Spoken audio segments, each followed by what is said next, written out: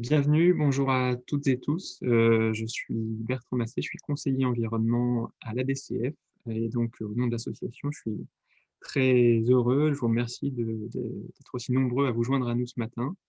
Hem, J'espère qu'on va être à la hauteur durant cette heure et demie qui va nous rassembler.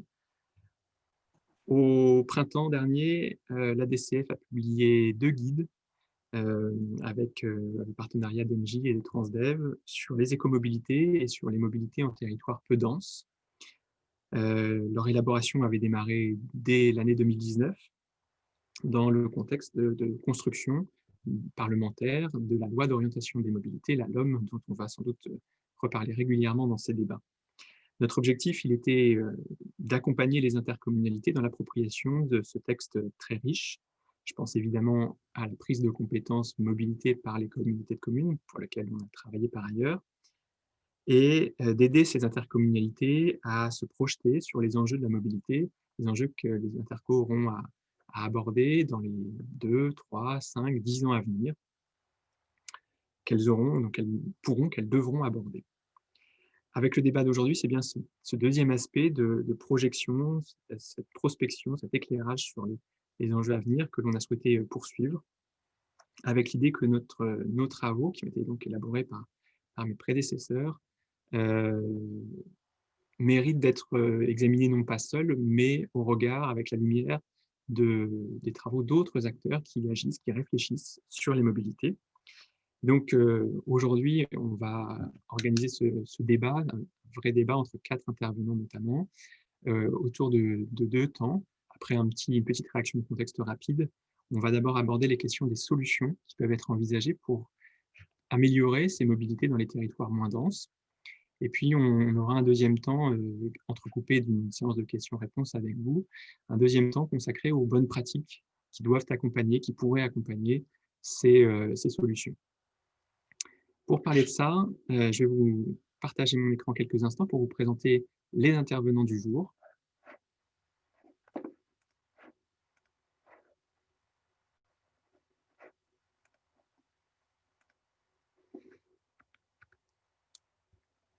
Jérémy Almosny d'abord, le chef du service transport et mobilité à l'ADEME qui vient de publier sa stratégie transport-mobilité pour les 3 années à venir. Vous en avez sans doute entendu parler il y a quelques jours. Laura Foglia, directrice de projet à l'association The Ship Project, l'association qui a publié peu de temps avant l'ADCF, au printemps également, un guide, là aussi, sur les mobilités quotidiennes bas carbone dans les territoires un peu moins denses. Sylvie Landriev, co-directeur du Forum Vie Mobile, un think tank qui propose des réflexions sur les enjeux de mobilité à venir. Dernière publication en date, vous le voyez à l'écran, des travaux de recherche sur la réduction de l'empreinte carbone de la mobilité. Et Nathalie Masraval, qui a bien voulu remplacer un peu au pied levé notre intervenant pour le compte de la DCF, Charles-Éric Lemignan, qui n'était plus disponible. Nathalie Masraval représente la DCF au sein du comité stratégique de France Mobilité. Elle est par ailleurs évidemment directrice générale des services d'une communauté de communes, la communauté de communes du Grand Pic Saint-Loup, dans l'Hérault. Et je la remercie d'avoir bien voulu intervenir.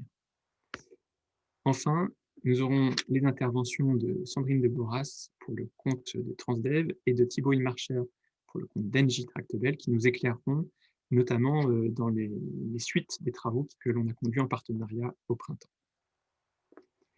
Voilà, je vais inviter les intervenants à allumer leur caméra et à me rejoindre pour lancer ce débat. Merci, merci à vous 4. Donc Laura Foglia, voilà. Merci. Le débat du jour, donc, on a voulu l'intituler un peu en écho à nos deux guides, passer aux écomobilités dans les territoires moins denses, peu denses. Et pour rentrer dans ce débat, je voudrais une réaction un peu de vous 4 sur cette particularité. Euh, Quelle est selon vous la particularité de la mobilité dans ces territoires moins denses, le trait marquant que vous en ressortez, et est-ce que ce fait marquant peut être bouleversé par les tendances que l'on annonce dans les suites de la crise sanitaire, ces questions des potentiels exodes urbains, par exemple. On va pour faciliter les choses et de manière arbitraire, faire, pour cette première question, peut-être dans l'ordre alphabétique, Jérémy Almosny? Oui, bonjour à toutes et à tous et merci pour cette formidable tribune et ravi d'intervenir aux côtés de plusieurs collègues avec qui on a l'habitude de travailler sur ces questions de mobilité territoire peu dense. Alors juste sur cette mobilité dans ces territoires, on peut avoir une approche extrêmement normative, c'est-à-dire on prend la définition de ce qu'est un territoire peu dense, on va sur l'INSEE et on a des éléments extrêmement précis sur comment définir la nouvelle, cette nouvelle cartographie des densités urbaines, et on est en capacité d'avoir une vision assez nette de ces territoires, ou bien d'avoir une approche aussi par l'usage. Et donc, ce qui est intéressant, c'est de voir que ce sont des territoires où il y a une forte dépendance à la voiture, où la pratique du autosolisme s'installe depuis bien longtemps. On voit bien sûr ce contraste avec des territoires extrêmement denses où la dépendance à la voiture est moins importante, une carence de l'offre, et puis certainement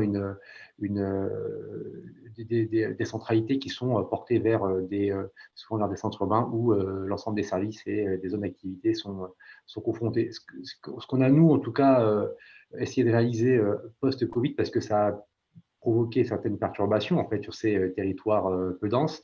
Donc on a réalisé une enquête courant juillet 2020 pour voir finalement qu'est-ce que ça a généré. Est-ce qu'on a eu des évolutions notables ou pas sur ces territoires? Est-ce qu'on a pu voir apparaître de nouvelles centralités avec des relocalisations de quotidien autour des lieux de vie? Et donc ça a permis dans certains cas de figure, de redéfinir des zones d'activité autour de services, des zones d'activité via de l'itinérance de commerce et de services. Et puis, on a vu aussi émerger, exploser cette notion du e-commerce sur lequel, je ne sais pas si je dois donner l'élément maintenant ou un peu plus tard, mais On voilà, va y revenir, je pense. voilà, donc on va y venir, c'est ça, d'accord, ok. Ok.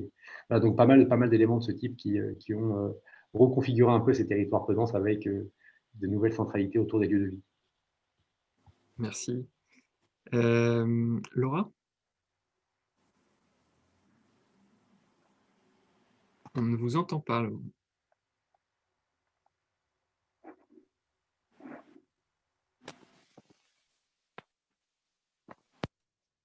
Là, vous m'entendez? Oui. Bon, j'enlève les écouteurs. Alors, il y a des travaux à côté, donc voilà, que ça ne va pas trop déranger. Donc, je disais, ravie également d'avoir cette opportunité d'échange très, très agréable, très intéressante. Alors, dans le guide pour les mobilités bas carbone, nous avons visé en particulier ce que nous avons appelé les zones de moyenne densité. Donc, c'est les villes moyennes et les premières, voire début de deuxième couronne des grandes agglomérations. Donc, en fait, c'est des territoires un peu plus denses que le rural, mais où, à la différence des centres urbains des métropoles, c'est des territoires qui restent tout de même très dépendants de la voiture, malgré leur densité moyenne. Et on y parcourt aussi des distances souvent très longues pour les activités quotidiennes. C'est-à-dire que c'est des lieux qui ont été pensés un peu autour de la voiture, puisqu'ils ont été souvent développés après les années voiture, donc les années 50-70.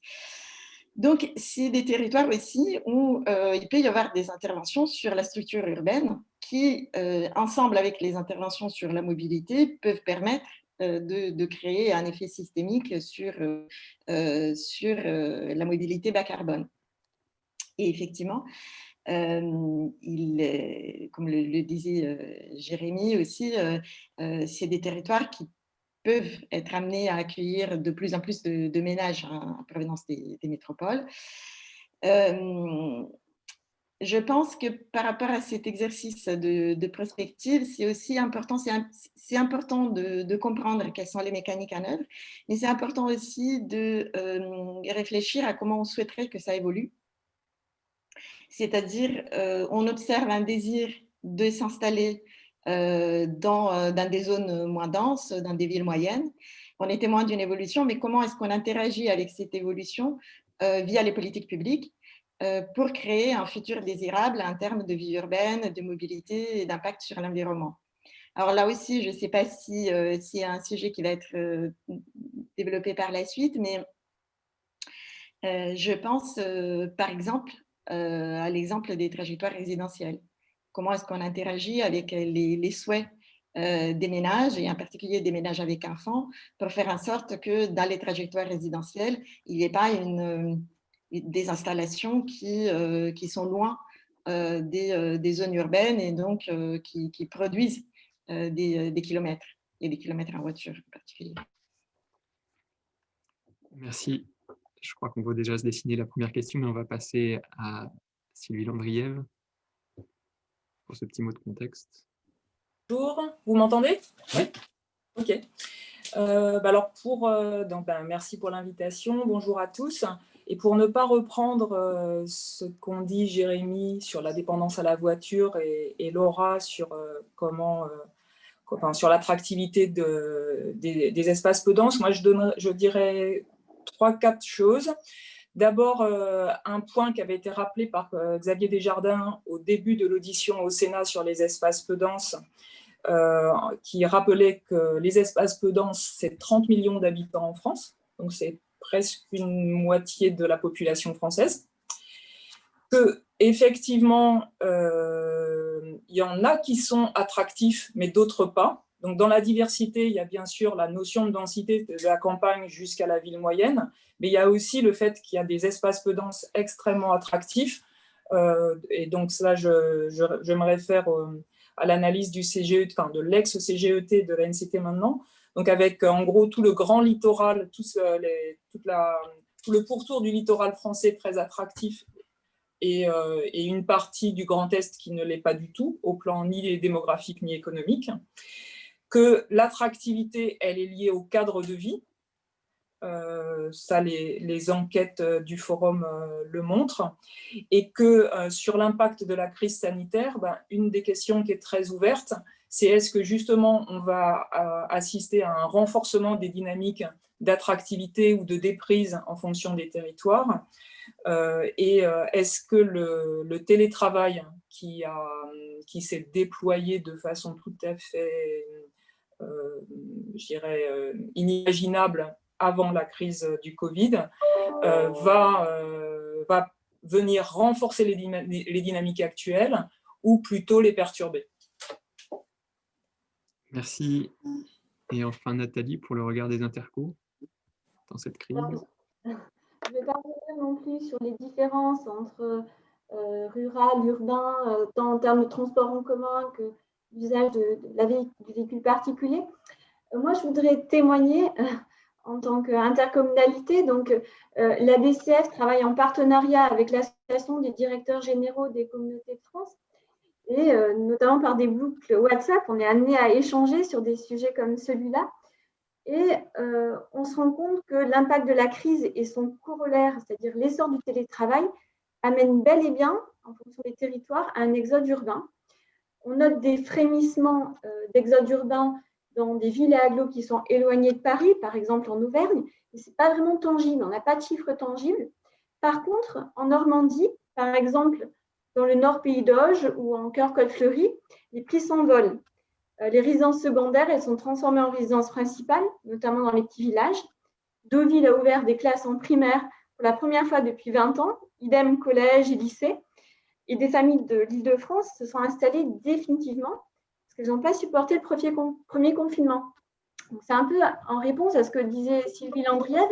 C'est, a priori, ça s'inscrit dans du durable. Elles ont déménagé, ces familles, elles vont y rester. On note même un manque de bureaux. Ce n'était pas le cas lors du premier confinement. Dans la plupart des stations balnéaires proches de l'Île-de-France qui ont la fibre optique, parce qu'on voit que l'accès au réseau se révèle être indispensable. Et le corollaire de cet exode rural, c'est l'augmentation de la pression foncière. Là où les prix étaient 3 000 € par mètre carré en région, contre 10 000 à 15 000 € le mètre carré à Paris, les prix s'envolent. Maintenant à 4 000, 6 000 € le mètre carré, à Caen, à Granville, Honfleur, Beuzeville, on voit la même tendance. Donc, la question, c'est quelle évolution de la mobilité est liée à l'essor du télétravail? Et on le voit, même plus que quelle évolution de la mobilité, c'est quelle évolution de l'aménagement du territoire. Parce qu'on le voit, des impacts en termes de foncier également. Donc, Ça légitime pour moi pleinement l'un des 2 ouvrages de la DCF, les nouvelles solutions de mobilité dans les espaces de faible densité, une priorité des prochains mandats locaux, pour concilier qualité de vie, télétravail, aménagement du territoire, besoin en mobilité. Je vois que vous semblez vous rejoindre sur le fait qu'on va pouvoir discuter de la première question, puisque dans ce débat mobilité, le premier sujet, donc dans ce premier bloc qu'on consacre aux solutions à apporter à ces territoires moins denses, la première question qui nous semblait devoir être évoquée, c'est celle justement de la nécessité, de l'opportunité, du besoin de mobilité. Avant de parler solutions techniques, technologiques, est-ce qu'on doit parler de la réduction du besoin de mobilité? Les mots de sobriété, de démobilité ressortent, je crois même dans la stratégie publiée par l'ADEME tout récemment. Est-ce que ce sont des notions dans lesquelles vous vous retrouvez et quels concepts, à quoi les appliquez-vous? Mode de vie, urbanisme, aménagement? Est-ce que, Laura, ça vous inspire, cette démobilité? Et alors, ça ne fait pas de doute que la réduction des distances parcourues est nécessaire. C'est-à-dire qu'on a assisté à une explosion spectaculaire des distances parcourues entre les années 60 et maintenant. On parle d'une multiplication par 3,3 des distances moyennes parcourues quotidiennement, portées par des réseaux qui nous mènent toujours plus vite et toujours plus loin. Donc, c'est sûr que d'un point de vue environnemental, mais d'un point de vue aussi de qualité de vie, il est nécessaire à un moment de réduire les distances parcourues. Après, le gros problème, en général, c'est comment on fait, c'est-à-dire comment on s'y prend. Parce que le fait d'imposer des contraintes peut créer aussi des réactions de rejet, et on l'a bien vu je dirais publiquement. Et donc, pour moi, la question se pose aussi de savoir comment est-ce qu'on donne envie d'autre chose. C'est-à-dire, comment on donne envie d'une ville où on a des déplacements de proximité, où l'espace public peut être dévolu à autre chose qu'à la circulation des voitures, mais plutôt au jeu, à la rencontre, au partage. Alors peut-être que le confinement aussi, avec les restrictions à 1 kilomètre et tout ça, peut-être qu'ils auront donné goût aussi à une partie d'entre nous de cette vie, ou en tout cas, nous y aurons un petit peu habitués. Mais pour moi, la question, c'est surtout de donner envie d'abord. Et puis, c'est sûr qu'on sera aussi plus enclin à accepter les contraintes une fois qu'on voit pourquoi, vers quel type de vie, vers quel type de ville, et du coup, vers quel type de mobilité on veut aller. Sylvie Landriève, je crois que pour le Forum Bimobile, c'est un axe de réflexion important, cette démobilité. Et en même temps, vous avez une position, si vous voulez bien en parler une minute, je sais que c'est un point sur lequel certains se focalisent, et la question du pavillon individuel, est-ce que c'est un modèle qui contribue, qui est problématique aujourd'hui dans l'organisation de la mobilité? Alors nous, effectivement, au Forum, ce qu'on essaye de mettre sur la table, c'est qu'il faudrait arriver à sortir en fait de l'opposition classique. En gros, ville dense, la ville dense qui serait, où justement les distances à parcourir seraient courtes, versus les espaces peu denses, je continue à les appeler comme ça provisoirement, où en fait, on aurait des pavillons et donc de la dépendance à la voiture et des distances trop importantes à parcourir. Il y a plein de pays qui fonctionnent autrement, sans cette dualité-là, et c'est peut-être, je dirais, une option à avoir en tête. Alors en particulier, effectivement, bien avoir en tête que le goût pour les pavillons, il a des raisons. Il n'est pas seulement une construction, il n'est pas la maison individuelle, elle a des aménités que le logement collectif n'a pas. Alors pour certaines qu'il pourrait avoir, mais pour certaines qu'il ne peut pas avoir. Alors en particulier, il est possible de le faire. Bon, d'abord, on a un jardin. On a vu que pendant le confinement, c'était important. Et il n'y a pas tant de logements collectifs que ça qui ont une terrasse suffisamment grande pour pouvoir donner l'impression d'espace. La maison individuelle, un aussi des aménités qui permettent de le faire évoluer en fonction, par exemple, de son parcours de vie. On vieillit, on va pouvoir mettre sa chambre qui était au premier étage au rez-de-chaussée. Dans un logement collectif, en fait, tout est un peu figé. Et même si vous êtes propriétaire de votre logement collectif, il est relativement figé. Donc, et puis, accessoirement, ce qui n'est pas du tout accessoire, il est toujours beaucoup plus petit que la maison individuelle, qui en fait a plein d'espaces non comptés dans la surface habitable, qui viennent énormément augmenter votre espace vital. C'est-à-dire le grenier, la cave, la peintie, l'endroit pour mettre les outils de jardinage, etc. etc. Donc, en fait… Comment on concilie maison individuelle et démobilité? Voilà, donc alors, la démobilité, en fait, le problème du terme, c'est qu'on a l'impression que c'est un appel à moins se déplacer. Le problème de la mobilité, c'est qu'elle soit carbonée, c'est qu'elle pollue. Donc le problème, c'est, comme disait Laura, c'est la distance et la vitesse. Et puis, effectivement, ça peut être le rythme de vie que ça impose aux personnes qui ont des mobilités contraintes. Mais donc vous disiez comment le concilier? La question, c'est effectivement comment on organise le territoire pour que les distances à parcourir au quotidien ne soient pas trop importantes. Et donc là, il faut réfléchir à ce que c'est que l'échelle du bassin de vie et qu'est-ce qu'on doit avoir en proximité. Donc là, je le dis d'un mot parce que sinon je pense que je vais être trop longue. Peut-être que une des pistes, et je pense que ça peut intéresser la DCF, puisque le département lui-même a été conçu à l'origine comme l'espace qui permet à chacun d'accéder au chef-lieu ou à la préfecture en une journée à cheval. Donc c'est à la fois un espace qui est relié au central, mais qui a une forme d'autonomie. Donc il a été conçu comme ça au départ, même si aujourd'hui le système de vitesse dans lequel on vit a complètement bouleversé l'intérêt de sa forme initiale.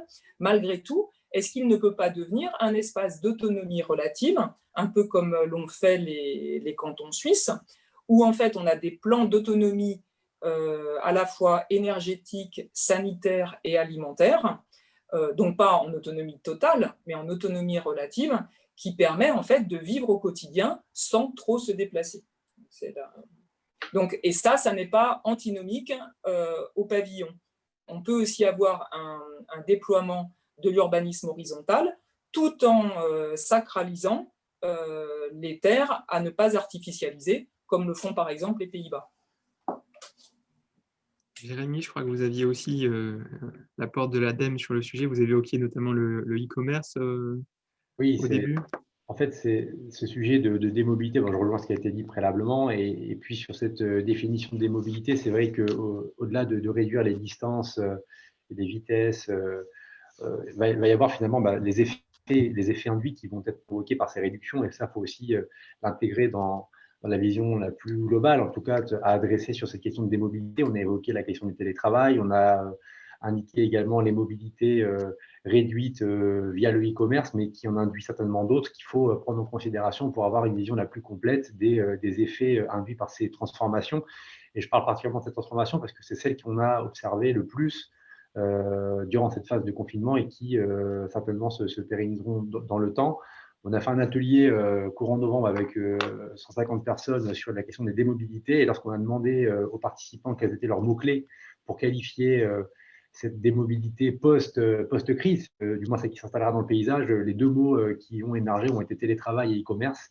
Donc, c'est assez intéressant de voir finalement ce que ça provoque. Donc, pour ça, j'avais juste quelques éléments d'études qu'on a pu nous réaliser courant juillet. Donc, déjà sur le télétravail, de voir que le télétravail a permis de toucher des territoires qui n'étaient pas forcément des territoires concernés par le télétravail. En particulier, les 24% de nouveaux télétravailleurs étaient majoritairement des femmes, des professions intermédiaires et situées en zone périurbaine, voire zone peu dense, pas zone rurale, mais zone moyennement dense plutôt. Et puis, ce qui est intéressant, c'est de voir que sur ces 24% de nouveaux actifs, 3/4 d'entre eux souhaitent pérenniser en tout cas cette démarche, à condition que la norme de l'entreprise s'adapte à cette volonté. Et quand on tire le trait, finalement, le télétravail, qu'est-ce que ça provoque derrière? Je parle d'effet rebond. On a aussi constaté deux choses intéressantes.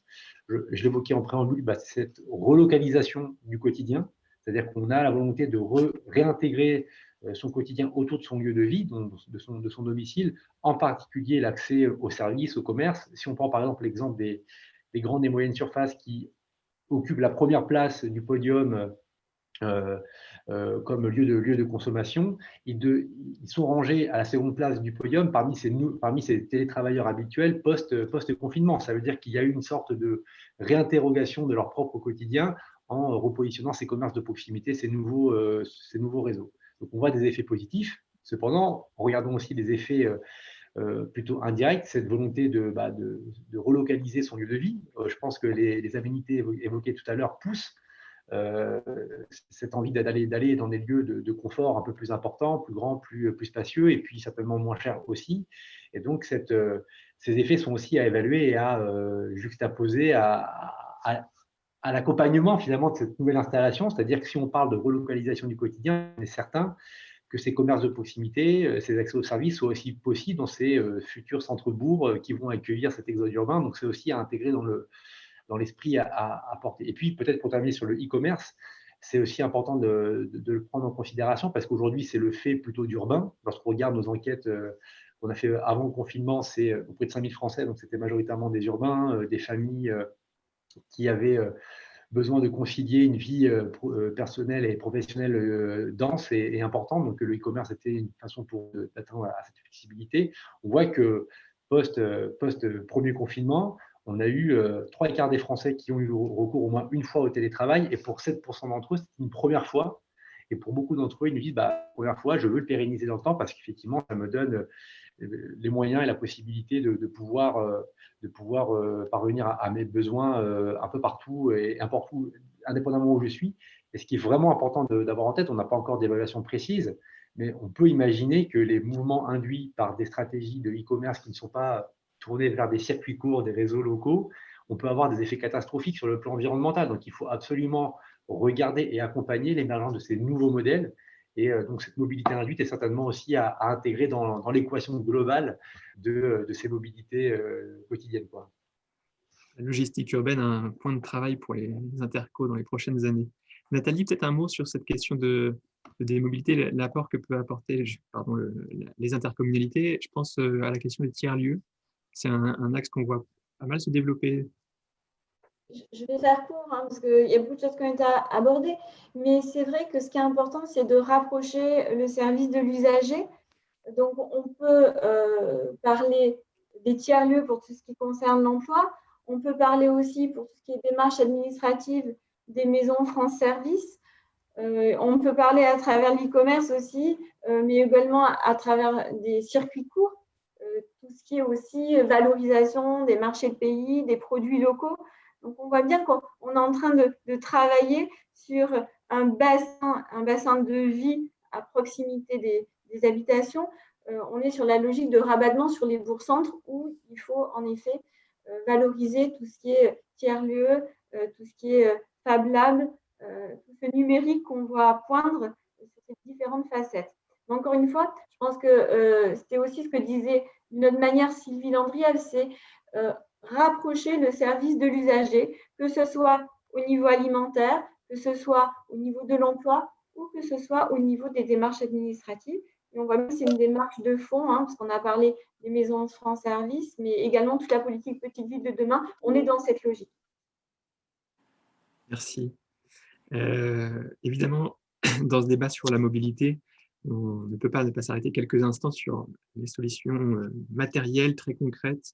Et je voulais avoir le retour de 3 d'entre vous sur ce qu'on peut faire avec la compétence mobilité. Je ne suis pas là dans la notion juridique de la compétence, mais qu'est-ce qu'une collectivité, une intercommunalité en particulier peut faire en matière de mobilité?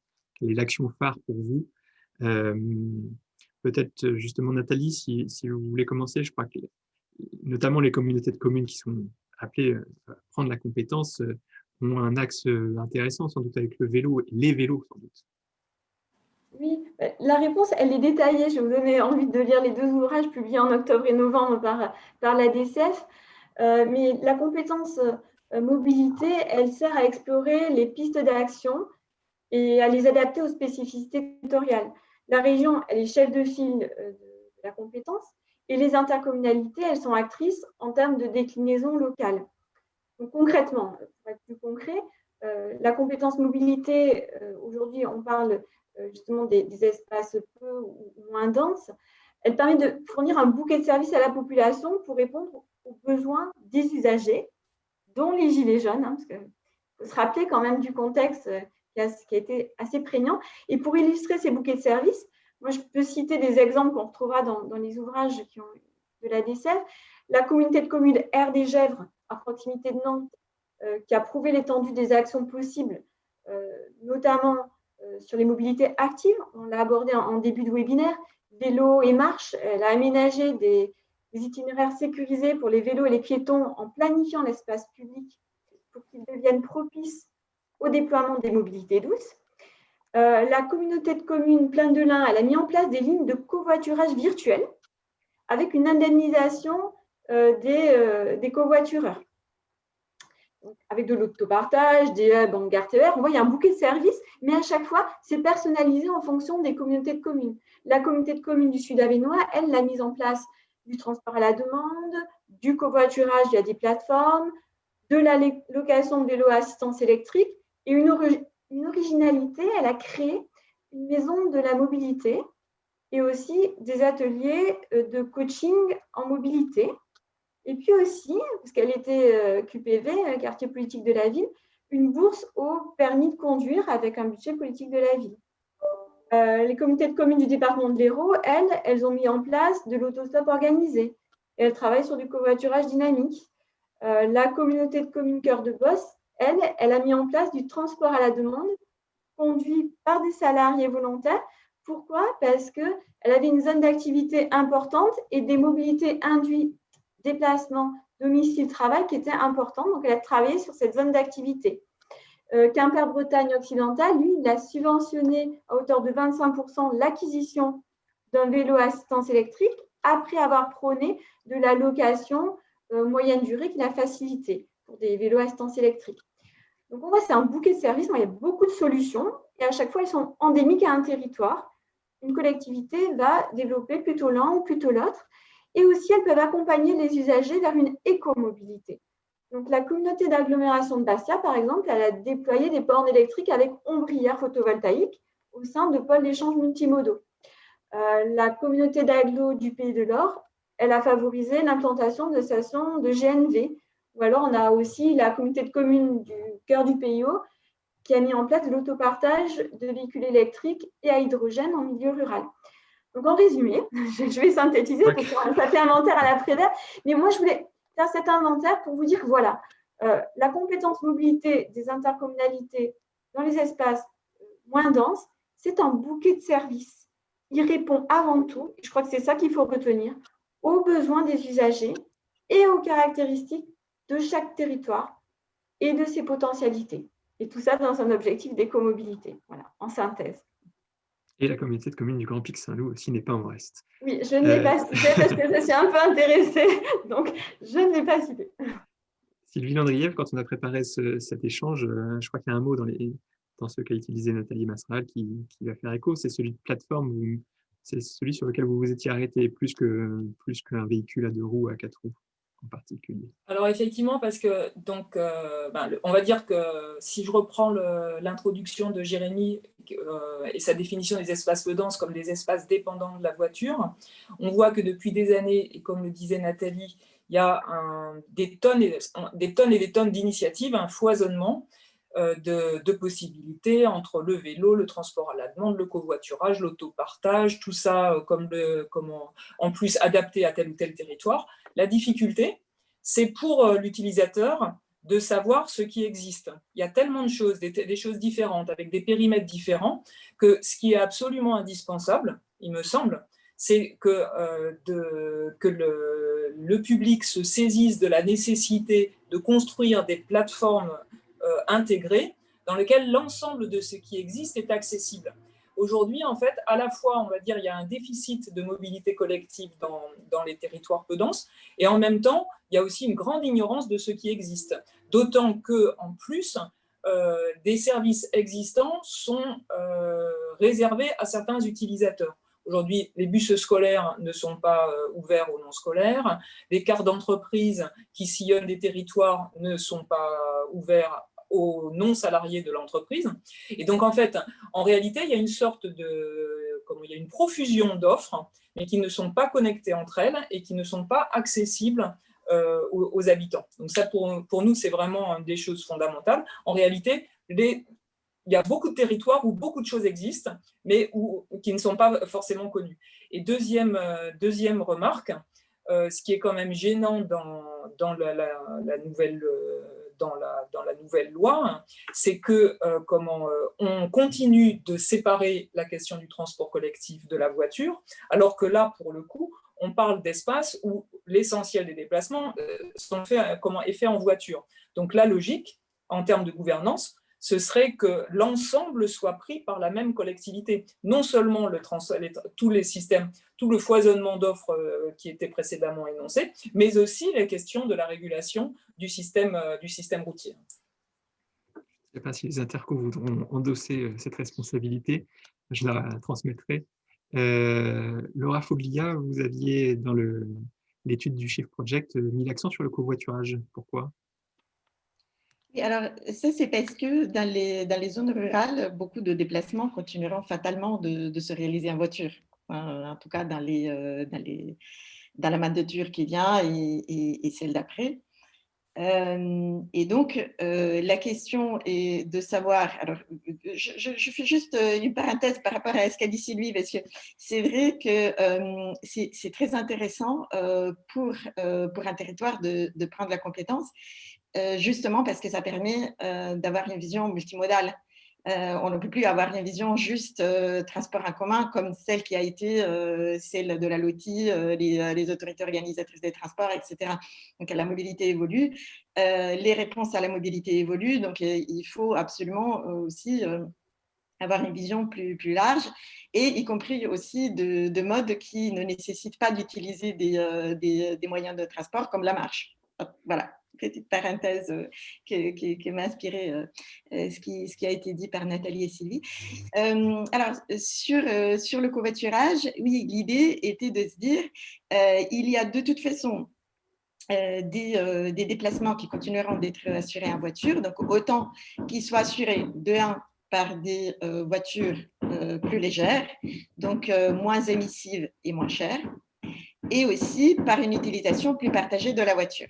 Alors, sur la question du covoiturage, dès qu'on s'intéresse au covoiturage, les études montrent immanquablement un grand potentiel, ce qui est logique, parce qu'on a les infrastructures, on a les véhicules, on a les conducteurs et on a aussi de nombreux trajets qui peuvent en théorie se partager. Ce qu'on constate sur le terrain, en tout cas pour le covoiturage de courte distance, c'est que son développement, pour l'instant, est encore entravé par un certain nombre de freins psychosociaux qui sont mal anticipés par les politiques, que ce soit au sein des collectivités ou au sein des entreprises. Pourquoi ? Parce que c'est considéré comme étant quelque chose de compliqué à organiser, s'organiser avec les autres covoitureurs. Il y a un côté un peu socialisation forcée, alors que de nombreuses personnes préfèrent être dans leur bulle, notamment au retour du travail. Il y a une dépendance aussi des passagers aux conducteurs. C'est pour ça que c'est facile de recruter des conducteurs, mais très difficile de recruter des passagers. C'est là où le bas blesse généralement sur le covoiturage, parce que les passagers craignent de perdre leur indépendance et puis d'être coincés si jamais le conducteur ne peut plus. Alors, et aussi, et ça rejoint aussi la nécessité dont parlait Sylvie de faire connaître l'offre. Les automobilistes ne se rendent généralement pas compte des coûts réels liés à l'utilisation de la voiture. Donc, faire du covoiturage de courte distance notamment semble très peu intéressant. Donc, d'où l'intérêt aussi de les informer, d'avoir des approches ciblées. Alors tout ça, pas pour dire que ça n'a pas d'intérêt de faire du covoiturage, mais pour dire que c'est des modèles qui cherchent encore un peu leur pertinence, leur massification, qu'on a tout de même observé des lieux où ça commence à se développer, et notamment en entreprise. Et c'est aussi pour dire que le développement du covoiturage au sein des plans de mobilité entreprise, voire des plans de mobilité inter-entreprise, ça peut être intéressant puisque ça permet de lever un certain nombre de freins, notamment les freins liés à la confiance. Alors, ça ne lève pas le frein lié à la bulle quand on rentre chez soi, mais enfin, il y aura toujours des gens qui ne vont pas covoiturer. Mais en tout cas, ça permet aussi à l'entreprise de mettre en place peut-être des politiques qui permettent de lever certains freins, et je pense à la garantie de trajet, par exemple. Hein, c'est-à-dire, j'ai covoituré, j'ai une urgence parce que mon enfant est malade, il y a un véhicule que je peux utiliser en autopartage dans mon entreprise. Ça, on l'a vu pratiquer. Donc, c'est vraiment aussi une collaboration intéressante qui peut concerner aussi les zones peu denses entre l'autorité organisatrice et les entreprises, les grandes entreprises, mais aussi les zones d'activité dans le cadre de plans de déplacement inter-entreprises pour développer la pratique du covoiturage. Je dirais juste aussi un mot sur l'importance de la gestion du stationnement sur le lieu de travail, et comme ça peut être vraiment important pour inciter les gens à covoiturer, de leur donner aussi des avantages par rapport aux gens qui viennent en voiture tout seuls, en termes vraiment de possibilités de stationnement plus proches de l'entrée de l'entreprise, de sécurité du stationnement, c'est-à-dire il y a des entreprises qui n'ont pas assez de places de stationnement, c'est moins le cas en zone peu dense, c'est sûr, mais des entreprises qui disent, ben voilà, vous covoiturez, vous êtes sûr de stationner, vous venez avec votre voiture, ben, c'est pas sûr. Donc voilà.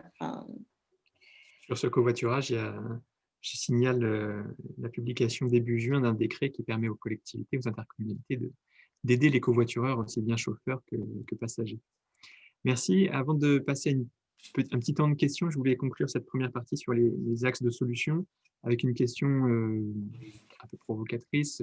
Est-ce que les technologies, je pense évidemment à la mobilité, à la voiture, au véhicule autonome, mais d'autres technologies, sont une solution ou au contraire une illusion ou juste un outil comme un autre pour ces territoires moins denses? Je crois que Jérémy Almosny avait un avis là-dessus. Alors là, de ne pas avoir eu le temps d'échanger juste avant sur cette solution, parce que c'est vrai que sur la question du foisonnement et le nombre de projets, on en a beaucoup à l'ADEME, on en accompagne beaucoup, et c'est vrai qu'on a un enjeu de répliquer, mais on en parlera un peu plus tard. Mais sur la question des véhicules autonomes, oui, on a dans le cadre des investissements d'avenir soutenu 2 grands projets portés par des consortia assez importants, des collectivités, des entreprises opérateurs de mobilité et des constructeurs automobiles, pour pouvoir identifier comment et dans quelles conditions le véhicule autonome peut se déployer sur les territoires. Et ce qui est intéressant, c'est qu'on s'est appuyé sur ces 2 grands projets et ces vingtaines d'expérimentations que sur des cas d'usage très précis, dont le driver a été essentiellement porté par les territoires. Donc, parmi la place du véhicule autonome demain comme une solution sur la mobilité sur les territoires peu denses, c'est intéressant de voir finalement de qui on parle. Est-ce que les commuteurs qui font des trajets domicile-travail pourraient demain être la cible visée pour se tourner vers les véhicules autonomes? Je pense qu'on risque d'avoir des problèmes d'efficacité et un système difficilement concurrentiel aujourd'hui avec le système voiture qui aujourd'hui propose, on va dire, des vitesses commerciales, si je puis dire, ou des vitesses d'usage qui sont bien plus importantes et peut-être des difficultés pour toucher cette population. Cependant, toucher une part de la population, des populations peu mobiles, en situation de précarité, qui n'ont pas le permis ou qui ont des problèmes physiques en termes de mobilité. Là, on peut voir que ça a des effets intéressants. Juste, on est encore dans une phase d'expérimentation et je peux citer en l'occurrence le projet qui a été lancé alors Cœur de Brenne, où on a dans ce cas de figure des vitesses commerciales aujourd'hui estimées autour de 25 km/h. Donc, on commence à avoir des situations extrêmement intéressantes. L'offre telle qu'elle est développée compense plutôt bien le coût OPEX, charge de fonctionnement du conducteur, et donc pourrait, pour un ticket d'entrée extrêmement important, avoir des bénéfices intéressants sur la phase d'usage. Mais on voit que sur l'intégration de la solution, on a encore beaucoup de choses à apprendre sur la communication entre le véhicule et l'infrastructure. Une infrastructure qui elle-même est soumise à des saisonnabilités extrêmement fortes. Par exemple, le fait d'avoir en zone peu dense du végétal, le végétal évolue et perturbe d'une certaine manière l'organisation de l'infrastructure. Quand je dis perturbe, mais pas dans le mauvais sens du terme, mais va avoir forcément une incidence sur la communication entre l'engin et l'infrastructure. Donc, c'est des éléments qui sont en train d'être structurés, d'être appris. Donc, en fait, la condition de dire est-ce que demain, le véhicule autonome peut s'installer comme une solution pérenne dans les territoires peu denses, j'ai envie de vous dire que ça reste encore un vœu pieux, mais sur lequel il y a encore beaucoup d'incertitudes à lever, tant sur le plan économique que sur le plan fonctionnel, par rapport à ce qu'on peut tirer comme enseignement de l'expérimentation. Et puis, il y a bien sûr l'accès au réseau numérique, où là aussi, on voit que la communication entre le véhicule et son environnement est fortement conditionnée à la disposition de l'infrastructure numérique. Et on sait que malheureusement, dans certains de ces territoires, il y a une carence sur l'infrastructure numérique. Alors, on a un petit souci technique. Bertrand a perdu sa connexion. Alors, je vais voir s'il arrive. Je vous demande quelques instants.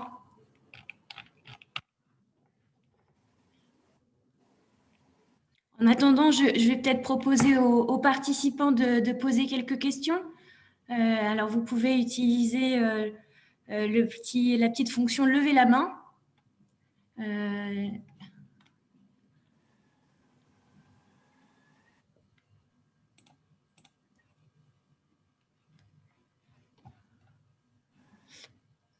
On a Simon Musili, pardon, excusez-moi. Alors, hop. Est-ce que vous m'entendez? C'est bon? Oui, je vous entends. Est-ce que vous m'entendez? Tout à fait. Allez-y, je vous en prie. Bonjour à tous. Merci à tous pour vos présentations. Moi, j'avais peut-être une question un peu plus macroscopique. Je suis chargé de mission dans une communauté de communes en charge du développement durable et la transition écologique. Donc, j'ai dans ma mission un peu un volet mobilité, même si ce n'est pas l'enjeu majeur de ma fonction.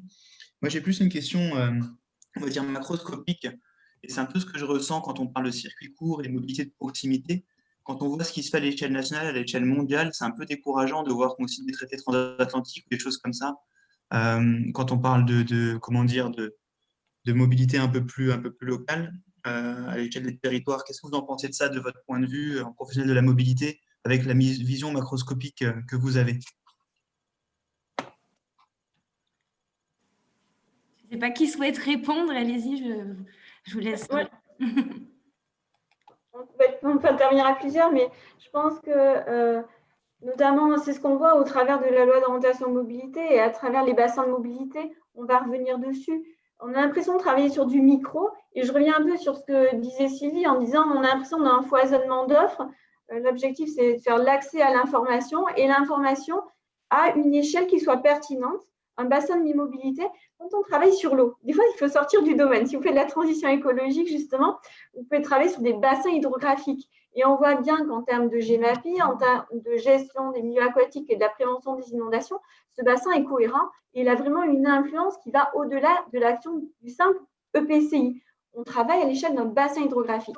C'est pareil, là, on est en train de parler d'actions qui sont menées par des communautés de communes, mais elles sont à penser en termes d'accès à l'information notamment, et en termes de ce que disait Laura, de multimodalité à une échelle d'un bassin de mobilité qui fait sens et qui, là, à une échelle macro, et a un vrai impact en termes de ruissellement, si je veux filer ma métaphore avec la partie hydrographique. Donc oui, on parle à l'échelle micro, mais on va dézoomer pour avoir une logique à une échelle macro qui aura un impact en termes de transition écologique. On parlait de la faune, de la flore, tout ça, ça a un impact aussi en termes de qualité de l'air. Je peux parler en connaissance de cause parce que notre Comcom est dans un périmètre PPA, plan protection de l'atmosphère, d'une métropole qui a un contentieux avec l'Europe parce qu'elle ne respecte pas des seuils de pollution. Donc là, on est bien à une vision macro à l'échelle européenne.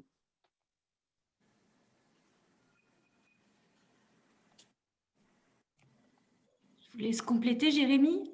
Oui, enfin, je ne sais pas trop l'angle prendre, mais la réponse est est-ce qu'on a des écarts entre cette volonté un peu de localisme, si je puis dire, ou de nouvelles proximités avec ce qui se dessine plus globalement et plus macroscopique à l'échelle monde, hein, sur l'organisation de notre propre système économique. Ça, je ne sais pas si tu veux. Je n'ai pas les compétences pour faire une analyse fine là-dessus. Par contre, ce que je peux juste dire, c'est que pour encourager des solutions de proximité, c'est toujours pareil. C'est comment on fait en sorte, prescripteurs et consommateurs, de privilégier les solutions les moins impactantes sur le plan environnemental. Lorsqu'on est prescripteur, comment je fais dans ma collectivité pour encourager les circuits courts? Est-ce que je dispose de mécanismes d'incitation, mais aussi de contraintes pour défavoriser le système le moins favorable à l'environnement versus des incitations qui encouragent les autres? Et puis, je pense qu'il y a une carence, ça a été dit tout à l'heure, le taux de non-recours aux solutions alternatives à la nature par une carence de communication. Si je reprends sur la question commerce, je parlais tout à l'heure de l'étude qu'on a fait sur le e-commerce, c'est extrêmement intéressant de voir que sur les choix qui poussent au e-commerce et de la flexibilité qui prend le pas. Par contre, dans les valeurs éco-responsables, les gens sont prêts à payer. Enfin, les gens qu'on a sondés, est-ce que vous êtes prêts à payer pour avoir une livraison la moins impactante ou plus en proximité? On sent qu'il y a un gisement possible à ce niveau-là, mais il y a une carence de communication. Donc, certainement, là aussi, on peut imaginer pour encourager les circuits courts, ces nouveaux circuits ou réseaux de proximité, de solidarité au niveau local. Il y a, selon moi, c'est l'équilibre entre incitation et contrainte pour encourager les systèmes les plus vertueux, et puis un enjeu d'information et de communication pour toucher les cibles visées, quoi. Merci, Jérémy. Vas-y Bertrand, je te laisse reprendre la main. Merci. Je vois que vous avez réussi à poursuivre sur moi, donc je ne sais pas s'il fallait que je revienne. On peut peut-être du coup poursuivre sur quelques questions, s'il y en a d'autres, ou alors on peut passer la main à Thibaut Hillmarcher, qui voulait également réagir sur ce sujet des technologies. Oui, bonjour. Effectivement, je pense que beaucoup de choses ont déjà été dites. Alors après, les technologies, on a parlé du véhicule autonome, ce n'est pas la seule. Je veux dire, quand on parle de technologie, je peux citer notamment tout ce qui va répondre aux différents challenges, l'accessibilité pour tous, notamment un accès au Mobility as a Service, mais tous les enjeux liés à la décarbonisation. Et je pense que les récentes déclarations, le pacte vert de la Commission européenne est également un enjeu supplémentaire et va imposer des choix technologiques et des évolutions. Donc, au niveau du véhicule autonome, je pense que c'est Jérémy qui a déjà bien synthétisé les enjeux. Néanmoins, je pense qu'il y a plusieurs initiatives, notamment en Autriche, et des études en cours de projet qui démontrent que finalement le milieu peu dense ou rural peut être un formidable laboratoire pour ce type de technologie, dans le sens où la complexité pour faire rouler un véhicule autonome peut être aussi moins importante en milieu, disons, rural ou peu dense. Et effectivement, ça ne conviendra pas à tout le monde, ça ne va pas être économiquement intéressant, mais ça va faciliter la mobilité, ou ça peut être un booster, un accélérateur de la mobilité partagée ou de la mobilité à la demande, notamment pour les personnes qui aujourd'hui n'ont pas de véhicule. Donc, ça ne correspondra pas à tout le monde, ce ne sera pas la solution unique, mais une partie, on va dire, de l'écosystème de la mobilité en milieu plus rural. Maintenant, la mobilité, on a beaucoup parlé, je pense, du transport de personnes, mais il y a également les aspects logistiques, de transport en commun, et notamment tout ce qui est possibilité de décarboner cette mobilité. Alors, il y a plusieurs initiatives, notamment, je pense citer en Belgique, avec le Waste to Wheels, donc vraiment du déchet à la roue, au niveau du TEC, donc qui est l'opérateur de transport en commun pour la région wallonne, et donc la partie, on va dire, la moins dense de la Belgique. On va retrouver des initiatives de production d'hydrogène à partir des déchets qui alimentent du coup une flotte de bus à hydrogène. C'est parmi les initiatives. Et enfin, je dirais que l'électrification de la mobilité, du véhicule individuel, je voulais citer quand même, alors c'est assez facile de parler de la Norvège, qui est l'exemple mondial de la vente de voitures électriques, Mais à noter quand même que la Norvège, c'est une densité de 14 habitants kilomètre carré. Donc en termes de densité, on n'est pas à Paris ou à Séoul. Et il y a une véritable stratégie de développement, de déploiement du réseau dans toutes les stations-service, dans des lieux de commerce, en se disant que finalement, un milieu peu dense, c'est aussi plus facile. Après, il y a tous les aspects économiques à considérer et l'évolution dans le temps va faciliter tout ceci. Mais on parlait tout à l'heure de la maison individuelle, c'est aussi plus facile d'installer sa borne de recharge, voire d'imaginer faire le lien avec une installation photovoltaïque de production de sa propre énergie dès lors qu'on parle de possibilités de transition écologique. Donc autant d'éléments qui font aussi que les milieux peu denses ne sont pas forcément les parents pauvres des évolutions technologiques vers un monde, une mobilité plus verte, voire plus partagée. Peut-être que... Est-ce que je peux ajouter quelque chose? Bien sûr. Donc moi, c'est peut-être pour ouvrir le débat. Si on suit ce qu'a dit Jérémy et que en fait, le véhicule autonome n'est pas prêt de se déployer et en plus à une vitesse très lente, on va dire, c'est certainement pas une solution pour les espaces peu denses. Deuxième chose, l'innovation technologique sur laquelle on mise depuis des années n'a jamais permis de diminuer les émissions du transport qui ne cesse d'augmenter parce que la demande de déplacement augmente plus que proportionnellement.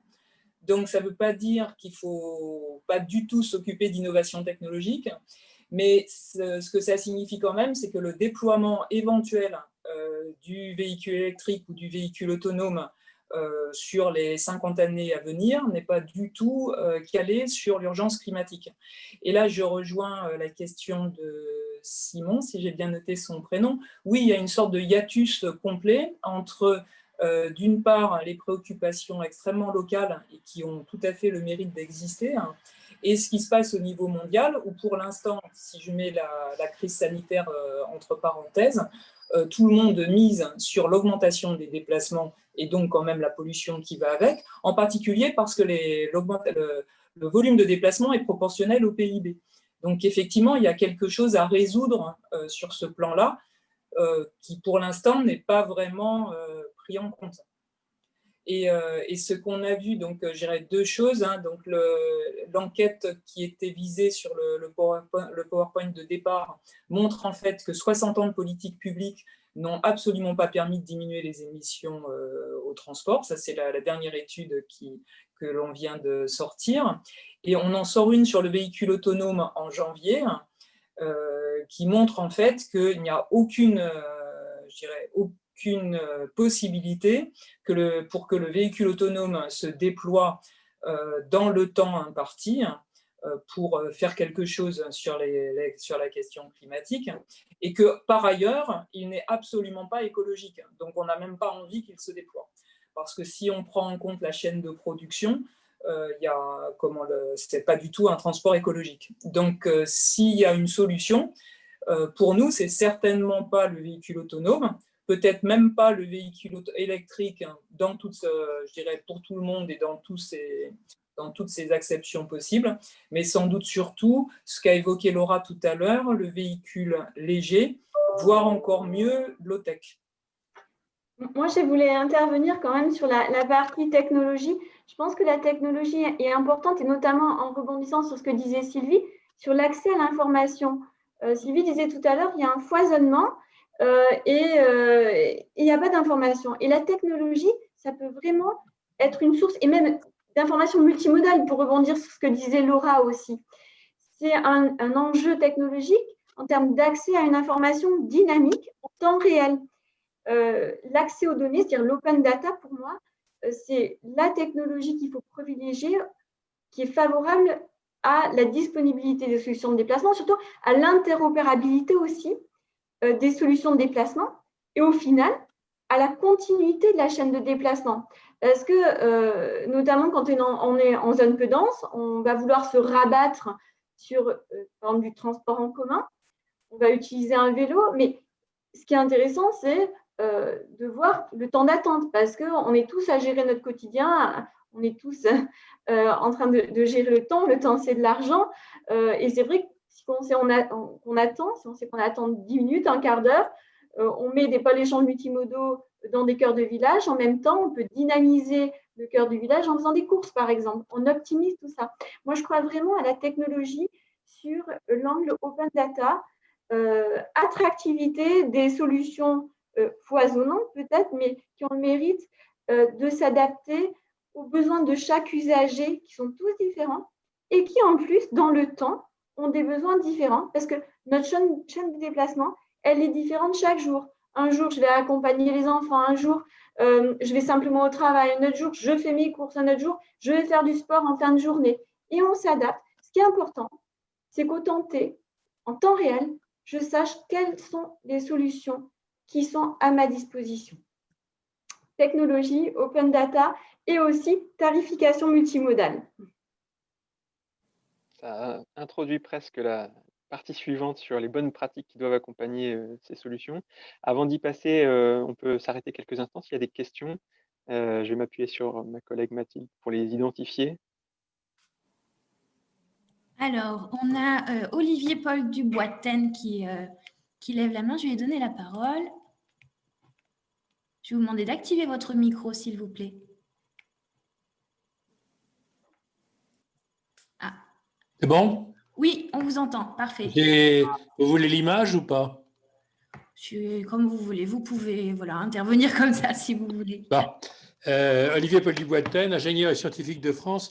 J'ai le plaisir d'avoir souvent rencontré Madame Landriève, Jérémy également, que je salue. Ma question traite du modèle économique de tous ces services. Aujourd'hui, les transporteurs collectifs s'interrogent très fortement sur le modèle économique de leur transport, puisqu'ils n'arrivent plus à boucler le budget. Déjà, ils avaient du mal avant le Covid.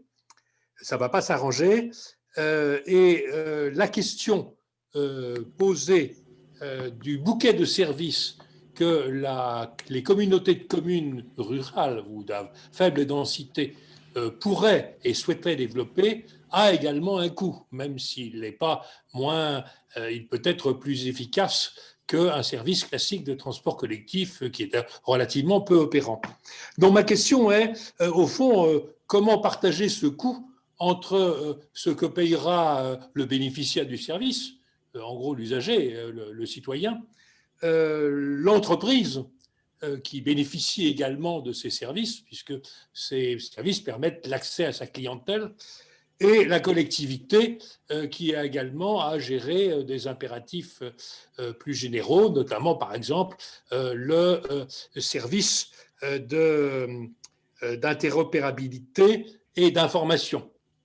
Donc, quel est votre sentiment aux différents intervenants sur ce modèle économique ou les éléments de ce modèle économique qui permettrait à la communauté de communes d'inciter et aux entreprises locales de participer à tous ces services collectifs que vous avez cités? Vous disiez que vous aviez eu l'occasion de parler avec plusieurs des intervenants, peut-être un des intervenants avec lequel vous n'avez pas parlé. Vous voudrez répondre? Moi, je n'ai pas été citée, je vais en profiter. Non, ce que je voulais dire, c'est que vous avez raison, les modèles économiques, on les connaît pour la mobilité. Il y a quoi? Il y a l'entreprise, il y a le versement mobilité, il y a l'usager et il y a le contribuable. Ça, on les connaît. Il y a 3 piliers. Ensuite, actuellement, les zones peu denses, qu'est-ce qu'il y a? On est dans une zone blanche, on est d'accord. On n'a pas d'AON, donc on n'a pas de VM qui est levé sur ces espaces-là. Je passe les cas particuliers des syndicats mixtes loi SRU où on a du versement mobilité additionnel qui est levé, on ne va pas rentrer là-dedans. Mais ce que je veux dire, c'est que qu'est-ce que fait la LOM? La LOM, elle veut définir des bassins de mobilité. Et ces bassins de mobilité, ils vont réunir plusieurs EPCI sur lesquels on doit donner de l'info. Donc, c'est-à-dire développer des plateformes de covoiturage, par exemple. Si je te cite un exemple. Et là, qu'est-ce qu'on est en train de faire? On est en train d'étendre des plateformes de covoiturage, des fois, qui sont sur des zones métropolitaines et qui existent, à d'autres EPCI. Qu'est-ce qu'on fait? On fait de la mutualisation, c'est tout. On ne génère pas de coûts supplémentaires. Donc, on voit que là, c'est déjà une première chose. Et pour information, les privés n'ont pas attendu pour développer des plateformes de covoiturage, sont demandés aux collectivités de venir. Donc là, il n'y a pas une question dans l'accès à la donnée. de modèle économique. Ensuite, une autre chose. Là, je prends le volet des GSI comme communauté de communes. Donc, une Comcom qui a développé un bouquet de services sans aucun financement, VM. Et qu'est-ce qu'elle a fait? Elle a fait appel à des appels à projets. Et pour ça, je tiens à souligner l'action de France Mobilité. Si vous voulez, vous pouvez aller sur ce site Internet, cette plateforme collaborative qui montre toutes les ressources financières qu'une Comcom peut aller chercher. Donc, il y a des appels à projets. Il y a également d'autres moyens, des subventions de l'État. Et il y a aussi des associations, ce que je peux témoigner aussi sur le fait qu'on a mis en place du transport à la demande avec des véhicules publicitaires, donc payés par de la pub et gérés par des associations. Alors, vous allez me dire, ça, c'est un peu anecdotique. Moi, j'ai une Comcom qui est un peu particulière, elle est périurbaine aussi. Elle est périurbaine, donc il y a aussi la question du TC avec un cadencement important. Et qu'est-ce qu'on a fait? Sur le périurbain, qui a une densité plus importante et où les mobilités, du coup, les flux sont plus importants de fait, puisque la concentration, la densité est plus importante, et on a tiré des transports en commun de la métropole. Et étant donné que ça générait des arrêts supplémentaires, on se greffait sur des lignes existantes, ça nous a coûté 6 000 € par an. Voilà. Donc, des fois, c'est du bon sens, des fois, c'est du partenariat, des fois, il faut se mettre autour de la table, mutualiser, et on trouve des solutions qui finalement ne coûtent pas si cher que ça. Par contre, je vous confirme que cette coordination, elle demande du temps et de l'énergie. Merci Nathalie. On a deux autres questions avant de passer à la suite. Une intervenant ou un intervenant, qu'a-t-elle? Je vais ouvrir le micro. Ou Mathilde peut lui ouvrir sinon.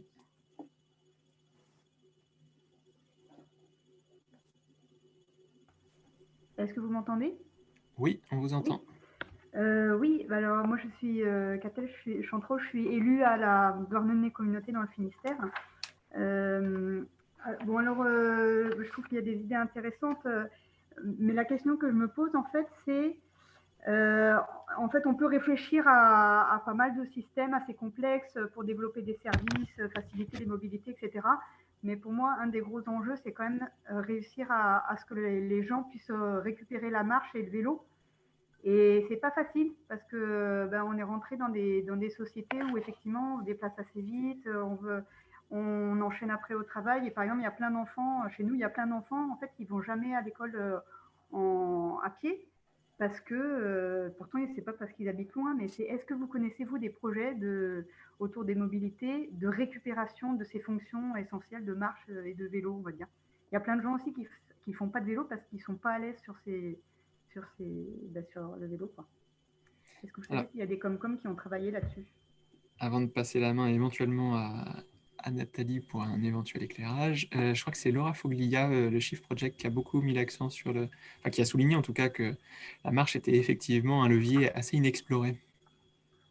Oui. Je vais en profiter, si vous le permettez, aussi pour dire un mot de liaison avec tout ce qui est véhicule autonome, etc., qui va nous amener vers la marche, n'inquiétez pas.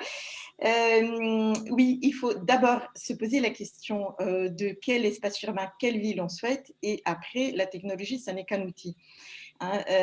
Donc, il ne faut pas être trop focalisé sur la technologie. Ce qui est important, c'est de savoir à quoi est-ce que cette technologie va nous servir.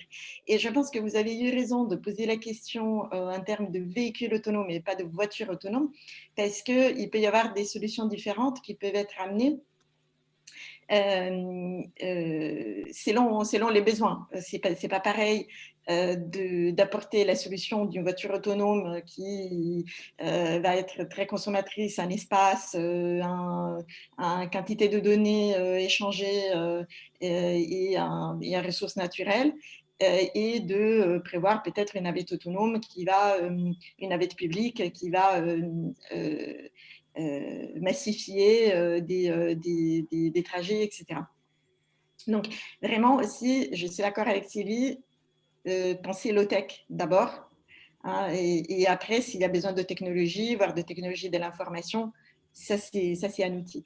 Alors, puisqu'on parle justement de solutions low-tech, le vélo et la marche, oui, la marche est un mode de transport relativement inexploré. Pourquoi? Parce que en fait, il y a beaucoup de déplacements.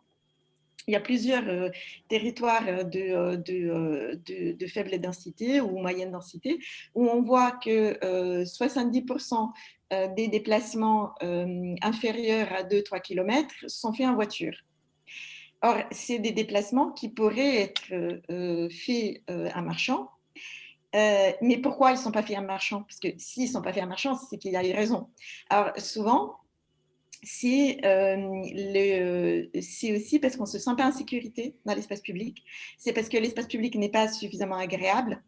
Et donc, il faut réfléchir à tout ça, parce que l'espace public est souvent, enfin, c'est des cercles vicieux aussi, hein. Il y a souvent l'espace public, et vous citez l'exemple des écoles, bah, typiquement, on permet d'amener les enfants à l'école en voiture. Du coup, c'est dangereux. Du coup, les parents qui pourraient venir à pied ou en vélo amènent les enfants en voiture. Donc déjà, il faut agir sur l'espace public de façon à ne pas permettre, par exemple, le stationnement à côté de l'école et donc inciter les gens à venir à vélo et à pied, et il va y avoir un cercle qui va se mettre en œuvre dans l'autre sens. Donc ça, on l'a vu, hein, on l'a vu pratiquer. Alors, en termes d'intervention aux abords des écoles et de réduction des vitesses, il y a par exemple la ville de Lorient, hein, mais il y a beaucoup d'exemples, où on a commencé là où c'est facile, parce qu'il faut commencer là où c'est facile aussi pour inciter à une acceptabilité des mesures. Donc, aux abords des écoles, la sécurité, ça se discute généralement assez peu. Donc, déjà réduire la présence de la voiture aux abords des écoles, et puis faire en sorte que, bah oui, on a commencé par là, puis des fois, on voit si ça prend, ça peut aussi faire tache d'huile. Quand on parle de politique de la marche, c'est aussi de penser, donc de penser vitesse, évidemment, parce que la sécurité sur la route est très liée aux vitesses, hein, qui sont pratiquées au niveau des voitures, mais c'est aussi de penser la marche en intermodalité avec les transports en commun. Souvent, on constate qu'il y a des arrêts de transports en commun qui sont un peu nulle part, notamment quand ça dessert les zones d'activité, les zones périurbaines. On descend de l'arrêt et puis on se retrouve le long de la route nationale, départementale, etc. Et loin aussi des accès des entreprises. Donc, il faut vraiment penser aux piétons dans les approches des transports en commun. C'est important aussi de pratiquer la marche. Enfin, il y a une, comment dire, il y a beaucoup d'élus qui utilisent leur voiture et donc ils ne se rendent pas forcément compte aussi de ces besoins. Donc c'est important aussi que les élus puissent pratiquer sur le terrain ce genre de cheminement. Et ça, je ne sais pas si vous pouvez être amené à amener vos élus, par exemple, sur le terrain, pratiquer le vélo, pratiquer la marche, et puis voir aussi, s'approprier aussi de ces modes de transport et être plus proche aussi de leur pratique. Après, il y a plein de choses. Merci. Je crois qu'avant de passer à la dernière question, pour essayer de tenir le temps, Thibaut Ilmarcheur voulait faire un commentaire sur cette question-là. Oui, effectivement, mais je pense que l'essentiel vient d'être dit. Je peux juste continuer à éclairer par rapport à l'exemple belge, hein, puisque je suis basé en Belgique et on travaille avec de nombreuses communes. Il y a effectivement, pour moi, il y a même un double cercle vicieux, hein. Il y a celui de on ne va pas à pied ou à vélo à l'école parce qu'il y a trop de voitures, mais du coup, ce sont les mêmes personnes amenant les enfants en voiture qui rendent la situation dangereuse. Mais il y a le deuxième échelon du cercle vicieux qui est je me rends en voiture au travail parce que je dois déposer des enfants à l'école le matin, etc. Donc, quelque part, tout sert d'excuse. Néanmoins, les bonnes pratiques, effectivement, elles ont déjà été citées, que l'on a mis en place. C'est la création de rues scolaires, avec effectivement la capacité de se stationner aux abords des écoles, le développement de parcours pédestres ou cyclables, qui peuvent après continuer vers d'autres directions. Un petit élément supplémentaire, c'est l'aspect culturel, la pratique de la marche et notamment du vélo. Il y a un travail de longue haleine. Je pense que là, on a aussi un memento qui est assez sympa, qui est l'apparition du vélo électrique. Pouvoir encourager l'usage du vélo électrique, notamment en milieu rural ou faiblement dense, ou parfois c'est vallonné, etc. Enfin, ça peut être un élément pour limiter, en fait, entre guillemets, les bonnes excuses ou la limite de l'usage du vélo. Et effectivement, je disais culturel, parce qu'en Belgique, on a la chance d'avoir et la région flamande et la région wallonne, parfois à distance des villages similaires distants de 5 km. On a une part modale vélo chez les scolaires qui est d'un côté de 40% et de l'autre de 3%. Même topographie, même climat, mais on est simplement dans l'aspect habituel et culturel. Et ça, là-dessus, il y a des mesures soft à mettre en place, un accompagnement au quotidien qui est à mettre en place par les communes pour faciliter l'usage de ces modes. Merci. On va donner la main à la toute dernière question avant de passer à la rapidement au deuxième bloc de ce jour. J'ai Jocelyne Louz-Barouin qui demandait la parole. Oui, bonjour, merci. Donc, je suis consultante indépendante en innovation RH et RSE et j'accompagne les entreprises qui souvent déménagent leurs entités et se posent des problèmes d'accessibilité et de mobilité. La question que j'ai aujourd'hui, c'est celle relative à la loi d'orientation mobilité et à la dynamique que ça a générée.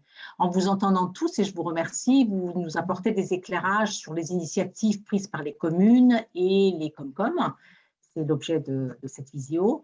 Mais la question que je me pose, c'est où en sont les entreprises sur ces questions de mobilité? Est-ce que la LOM a généré de nouvelles initiatives? Et est-ce que vous avez une visibilité sur l'année qui vient de s'écouler sur ces questions-là? Et je dirais, la question sous-jacente est aussi de dire qu'est-ce qu'il en est des partenariats entre les collectivités territoriales et les entreprises sur ces questions-là. Moi, j'ai l'impression en fait que chacun travaille dans son coin, applique sa LOM à sa manière, puisque la LOM a impacté les uns et les autres, mais qu'est-ce qu'il en est des coopérations sur un territoire entre le tissu des entreprises locales et les collectivités territoriales sur ces sujets-là? Est-ce que vous auriez des éléments d'information? Est-ce que l'ADEME observe ce genre de relation entre entreprises et territoires? Je peux donner juste un élément sur les dynamiques observées avant l'homme et post-l'homme, étant donné que le Covid est passé par là aussi. Donc, bon, il y a eu quand même pas mal d'éléments à prendre en considération, mais avant l'adoption de la loi d'orientation de mobilité, il y avait déjà une obligation législative dans le cadre de la loi de transition énergétique pour la croissance verte d'établissement de plans de mobilité entreprise pour les entreprises de plus de 100 salariés situées sur le même site, etc. Bon. Lorsqu'on a fait ce travail d'inventaire en 2019, on a vu que sur les 17 000 entreprises concernées, seulement 8% d'entre elles ont engagé cette démarche, qui est pourtant une obligation législative. Donc, on peut voir que malgré une obligation législative, sans contrainte certes, mais une obligation législative, la dynamique n'est pas partie. Donc ça, c'est quand même un premier point important. Donc, est-ce qu'ils ne sont pas partis pour une méconnaissance ou parce que les outils mis à disposition ne sont pas adaptés ou ne répondent pas à leurs besoins? En tout cas, c'est un vrai sujet. L'angle va être un peu différent dans le cadre de la LOM, étant donné que c'est dorénavant les ressources humaines qui prennent le lead. Dans le cadre de leur négociation annuelle obligatoire, elles devront intégrer la notion de mobilité dans toute sa facette. Donc, on intègre dans aussi le télétravail et puis les moyens qui sont aujourd'hui cités dans la LOM comme le forfait mobilité durable, qui vont être adressés avec les partenaires sociaux pour discuter comment le mettre en place dans la structure et comment permettre son déploiement. On peut espérer, donc on n'a pas fait encore ce travail d'évaluation, on lance en ce moment un baromètre et un travail d'évaluation avec le ministère de la Transition écologique sur la mise en place de ces forfaits mobilité durable et plus largement sur ces négociations. Mais on voit que l'accélération du télétravail, le fait que le vélo s'est développé via un taux de fréquentation en légère hausse post-premier confinement, ça a permis en tout cas de réveiller et de susciter l'intérêt de nombreuses entreprises. Donc, on va voir si l'essai est transformé une fois qu'on aura réalisé ce travail d'évaluation. Mais on peut se dire qu'on est plutôt dans un temps favorable pour leur mise en place. Ensuite, sur ces coopérations locales, nous, ce qu'on peut juste dire, c'est dans l'esprit de ce que l'on développe à l'ADEME via nos appels à projets, appels à manifestation d'intérêt. On essaie souvent de se faire rencontrer le besoin exprimé par un territoire, donc je parlais du cas d'usage, et puis des offreurs de solutions, enfin des opérateurs de mobilité, des startups, des entreprises qui sont en mesure d'apporter leurs besoins, leurs solutions pour que les deux matchent et se rencontrent. Et c'est en ce sens qu'on a pu soutenir une centaine de projets dans les territoires peu denses depuis 2018. Donc ça, c'est plutôt, on va dire, la rencontre entre la problématique de la collectivité et l'entreprise qui propose des solutions. Mais pour répondre plus globalement à votre question sur l'entreprise en tant que prescripteur de mobilité vis-à-vis de ses salariés et comment les collectivités s'intègrent à ces réflexions, on peut observer que dans le cadre de la LOM, avec cette obligation imposée d'établir pour les autorités organisatrices de la mobilité régionale des bassins de mobilité, on pourra certainement dans ces périmètres et ces territoires avoir une coopération renforcée entre entreprises et collectivités dans leur rôle d'autorité organisatrice, étant donné qu'on aura dorénavant des contrats opérationnels de mobilité qui devront les mobiliser dans une gouvernance de comité des partenaires. Donc on aura, on l'espère en tout cas dans ces nouvelles instances de gouvernance, une coopération renforcée et instituée par la gouvernance de la mobilité souhaitée dès à présent, quoi. Donc là, à date, je n'ai pas forcément de retour d'expérience, hormis les projets qu'on soutient, mais on peut voir que c'est quelque chose qui commence à s'inscrire à des périmètres de PCI et de ces nouveaux bassins de mobilité qui restent encore, on va dire, à déterminer, car on n'est pas encore très au clair là-dessus. Merci Jérémy. Je crois qu'il y aurait eu bien une ou deux questions supplémentaires, une ou deux réactions supplémentaires aussi à cette question qui vient d'être posée.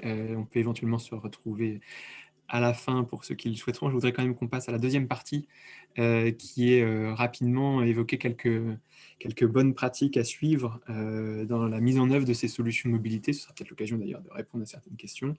Et Nathalie Masraval évoquait à la fin du premier bloc finalement l'importance de la globalité, de l'approche systémique des mobilités. Je propose de passer la parole à Sandrine de Boras, chez Transdev, qui souhaitait réagir sur cette dimension-là, le périmètre géographique auquel on aborde le sujet, la question de la mobilisation des acteurs aussi. Oui, bonjour à tous. Merci pour l'invitation pour participer à cette webconférence. Alors, il y a déjà beaucoup de choses qui ont été évoquées, mais effectivement, ce qu'on a pu entrevoir depuis le début de cette conférence, c'est que pour apporter des solutions sur ces espaces de faible densité, les solutions, globalement, on les connaît. Il y en a plein, elles foisonnent. En témoignent effectivement les nombreuses expérimentations, les nombreuses initiatives qui existent sur les territoires. La question qu'on peut se poser finalement, c'est pourquoi pour certaines, en tout cas, elles n'arrivent pas à se pérenniser, à se développer, à se déployer plus largement.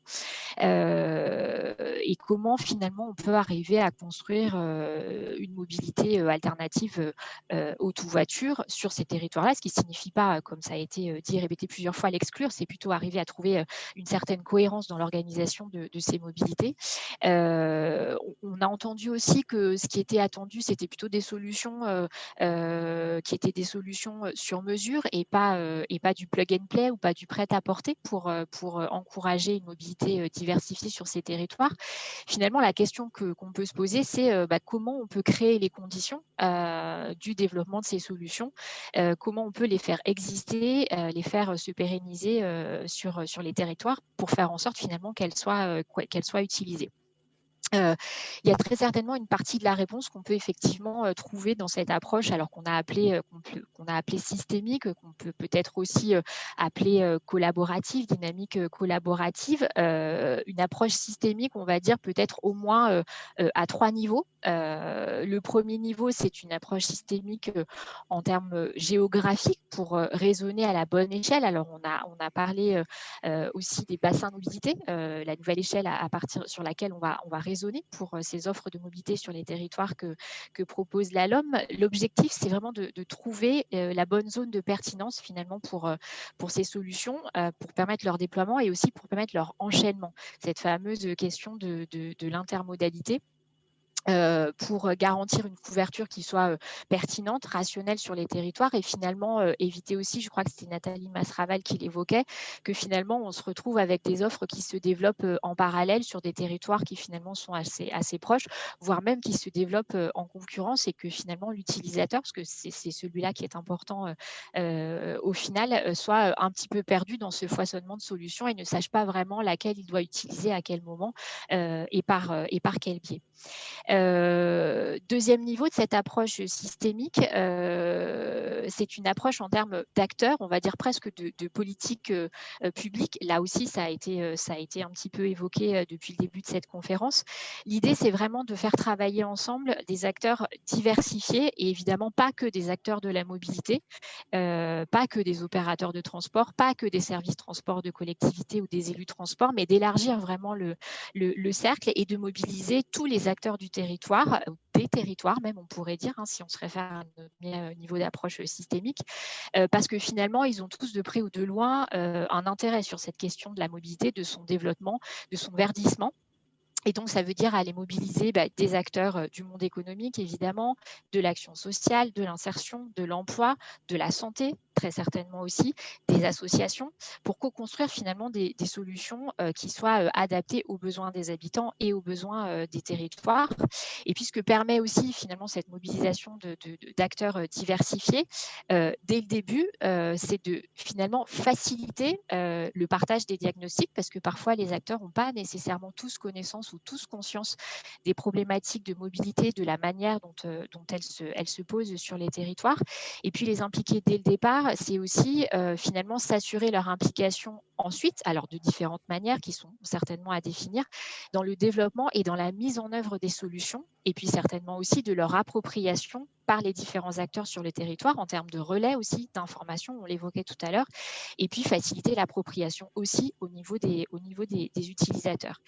Et puis le troisième niveau d'approche systémique que je voulais évoquer, il repose plutôt sur les solutions. Ça a été évoqué aussi beaucoup ce matin, avec une approche en termes d'offres concrètes, en termes de bouquet de services. On le voit bien, on l'a entendu, la solution, elle n'est pas unique. Ce n'est pas une solution qui va pouvoir se développer, une solution un peu miracle sur ces territoires-là, mais plutôt un bouquet de solutions, un bouquet de services qui va allier certes des solutions de déplacement, mais aussi la question de l'information, comment on donne à voir, comment on donne accès à ces solutions-là, alors qu'il peut être de divers ordres. Il y a aussi un enjeu en termes d'animation sur les territoires, on le sait, il faut amener les gens à utiliser les solutions, les faire essayer une première fois pour peut-être les encourager à recommencer, et ça rejoint le troisième niveau, qui est cette question de l'accompagnement. Il faut prendre les gens par la main. On a évoqué le vélo, on a évoqué la marche. C'est vrai que c'est des solutions qui sont plus nécessairement dans la carte mentale des individus, en tout cas pour des déplacements du quotidien, peut-être pour du loisir, mais pas vraiment pour du déplacement quotidien, pour aller vers le travail ou pour aller vers l'école. Et finalement, cette approche systémique un peu globale, elle permet d'envisager des initiatives à partir des territoires, qui partent vraiment des territoires, des acteurs des territoires portés par eux, et elle permet d'entrer dans cette logique d'expérimentation, de démonstration, qui permet aussi de faire s'approprier et d'avancer dans la politique des petits pas finalement, pour avoir des solutions qui soient peut-être in fine un petit peu plus étoffées sur les territoires.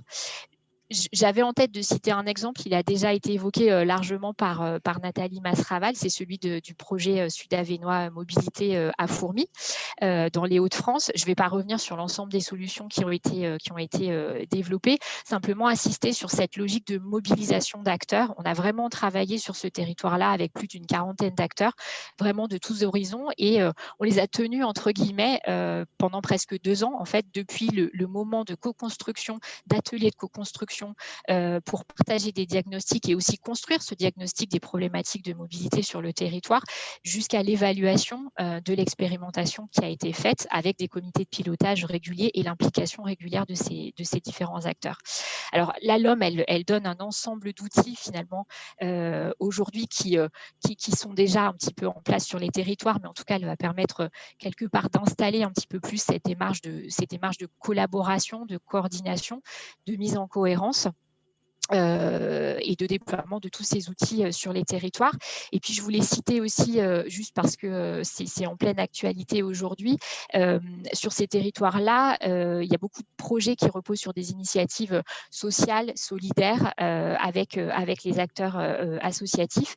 Il y a aujourd'hui le site Tous Mobiles du laboratoire de la mobilité inclusive en collaboration avec le ministère de la Transition écologique qui est lancé officiellement ce matin et qui met le doigt sur tous ces projets et sur cette nécessaire co-construction pour faire émerger et faire se pérenniser les solutions de déplacement et de mobilité sur ces territoires peu denses. Je suis désolée, j'ai été un petit peu longue.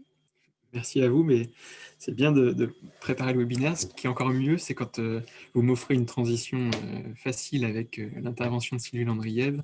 Je vois qu'on arrive au bout de l'heure et demie. Et je ne voudrais pas trop déborder parce que c'est toujours agréable de tenir le timing quand on est en visio.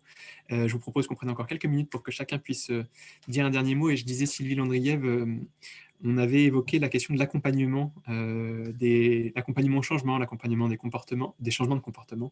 C'était quelque chose qui vous avait fait réagir. Il faut que vous réactiviez votre micro, par contre. Effectivement, ça me fait réagir parce que finalement, quand on parle d'accompagnement, d'acceptabilité sociale, etc., finalement, les gens, c'est le problème. Or, en fait, si tout le monde utilise sa voiture, si le taux d'équipement en automobile ne cesse d'augmenter, pour l'instant, il continue d'augmenter, hein, c'est-à-dire qu'il y a de plus en plus de voitures par personne, et de moins en moins d'ailleurs à l'intérieur des voitures, c'est quand même parce que c'est tout un système qui s'est déployé depuis, on va dire, une petite centaine d'années. Un système donc des infrastructures, des règlements, le code de la route, de la vente de voitures, etc. Donc, moi, ce qui me pose problème, en fait, c'est de ne pas, je dirais, de gommer en fait les tensions qui existent entre, d'une part, donc je ne pense pas que tous les acteurs vont dans le même sens et tous les acteurs ont intérêt à aller dans le même sens. Ne serait-ce que même, par exemple, un transporteur collectif, c'est très difficile de lui faire défendre l'idée qu'il faut peut-être moins se déplacer. C'est tout à fait logique. Son objet social, c'est de faire du chiffre d'affaires et d'avoir des recettes, quelles qu'elles soient publiques ou qu'elles soient directement payées par les usagers, mais c'est de faire du transport. Donc, et par exemple, le dernier exemple qui a été donné, je pense le montre bien, comment l'application du laboratoire de mobilité inclusive s'appelle Tous Mobiles. Donc, on voit bien, par rapport à la question de départ qui a été posée, où on disait que pensez-vous de la démobilité? Peut-être qu'il faudrait moins se déplacer ou se déplacer moins vite ou parcourir moins de distance. Et en même temps, on déploie des initiatives dont on se félicite, des initiatives sociales qui misent sur une inclusion, sur une insertion sociale par la mobilité et qui favoriseraient la mobilité de tous. Et donc, en fait, on a une sorte de double discours et on fait comme si tout ça était cohérent. Mais pour le coup, ça ne l'est pas, en fait, en réalité. Donc, il faut parvenir, il me semble, à voir effectivement vraiment le nœud de la contradiction. Et puis effectivement, le faire trancher, et le mieux peut-être, c'est de le faire trancher tout simplement par les habitants, par les citoyens. Et donc, si on revient aux espaces peu denses, ce qui est sûr, c'est qu'ils sont attractifs, au moins en partie, et que les gens ont envie d'y habiter. Donc la question, c'est en fait comment on arrive à imaginer un système de mobilité durable, mais désiré par la population, et sans se dire que tous les acteurs vont dans le sens du verdissement. Je rebondis tout à l'heure sur une des remarques qui a été faite tout à l'heure sur les entreprises. On a fait une enquête auprès de 400 entreprises. Donc, on va dire qu'elles sont concernées par les déplacements de leurs salariés, pour les déplacements domicile-travail ou pour les déplacements professionnels. Déplacements domicile-travail, 400 entreprises françaises qui ont été interrogées, 90% considèrent que ça ne les regarde pas.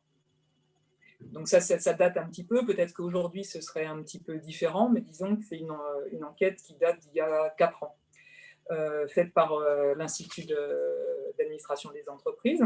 Deuxième remarque, les déplacements professionnels. Aujourd'hui, la moitié des voitures qui sont vendues en France chaque année sont achetées par les entreprises pour leur parc de fonction.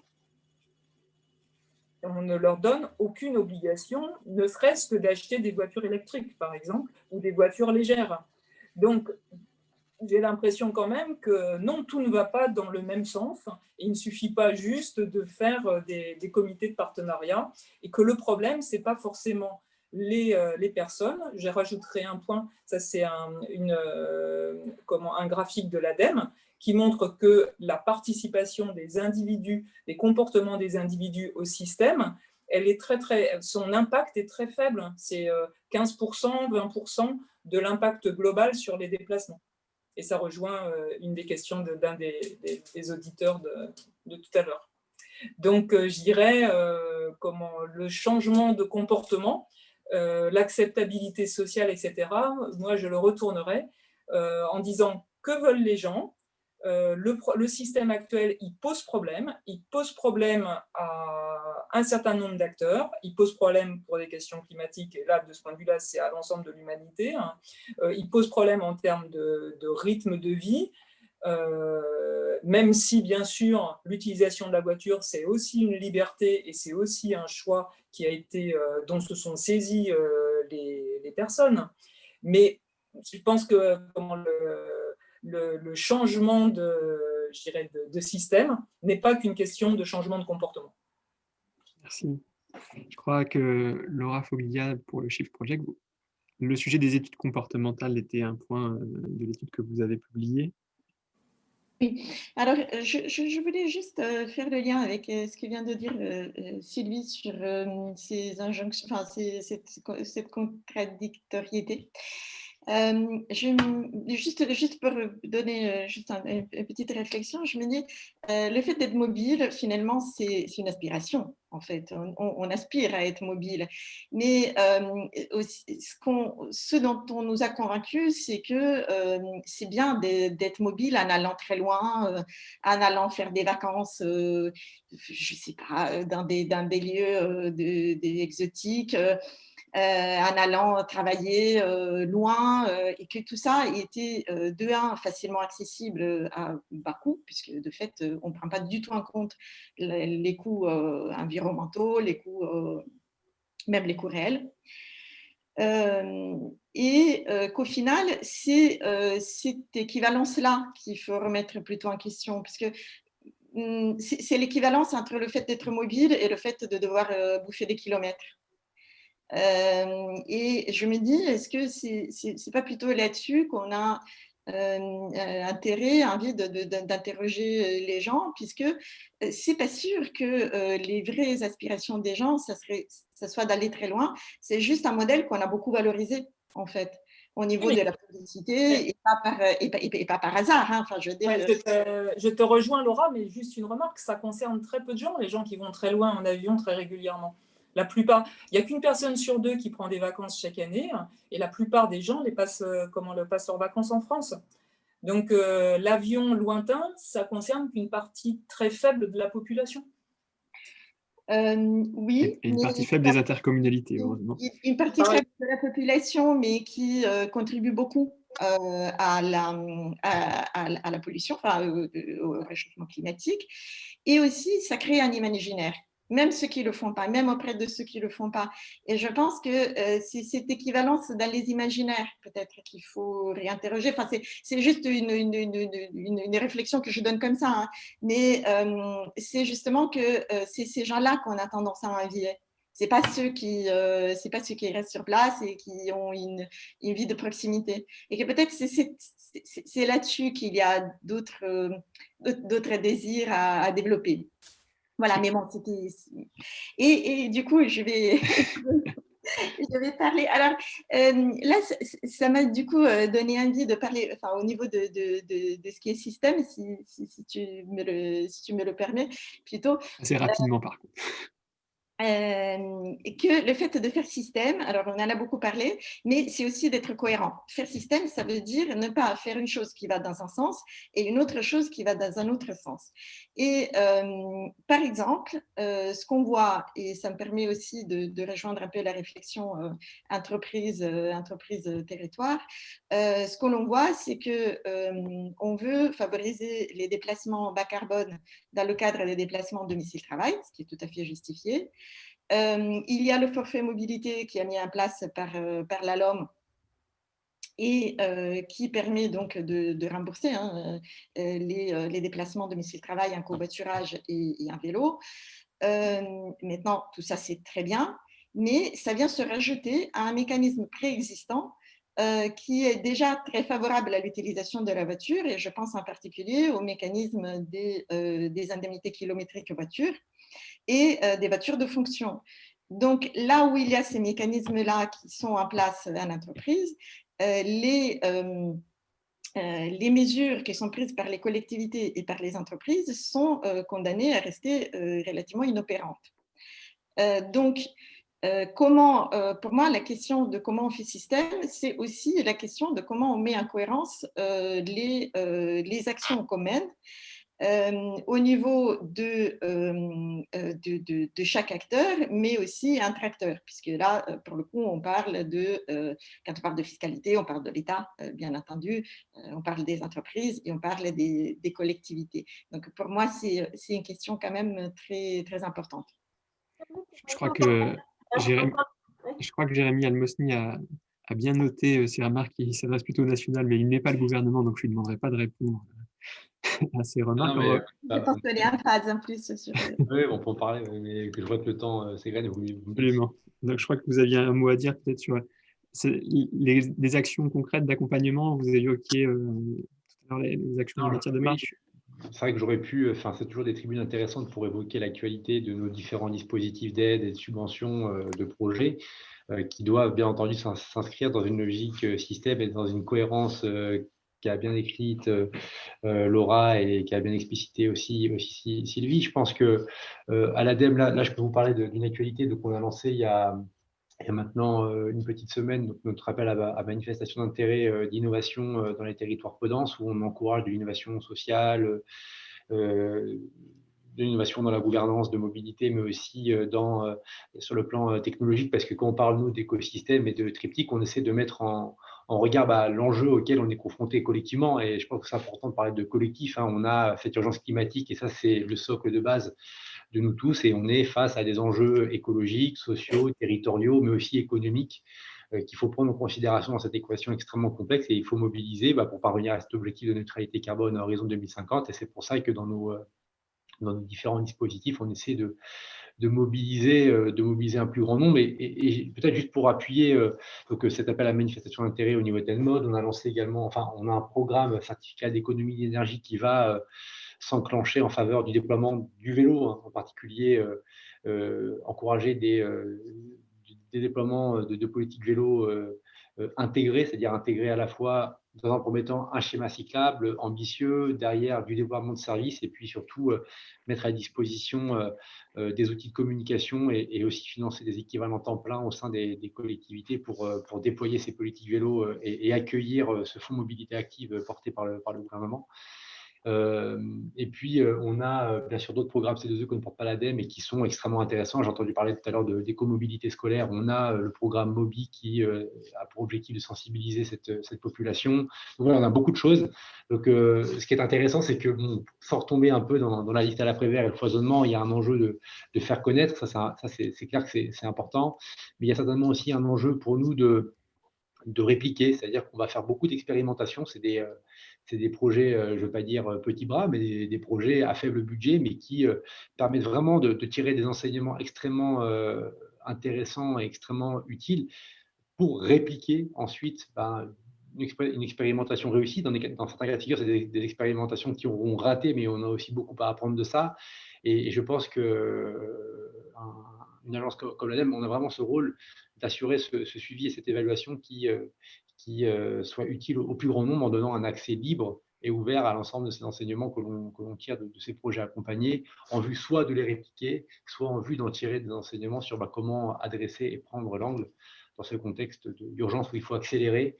Et pour accélérer, c'est pas réinventer X fois autant que de territoires une solution, mais de pouvoir capitaliser sur tout ce qui a été fait ailleurs et répondre à d'éventuelles problématiques qui ont été vues ou adressées dans d'autres territoires.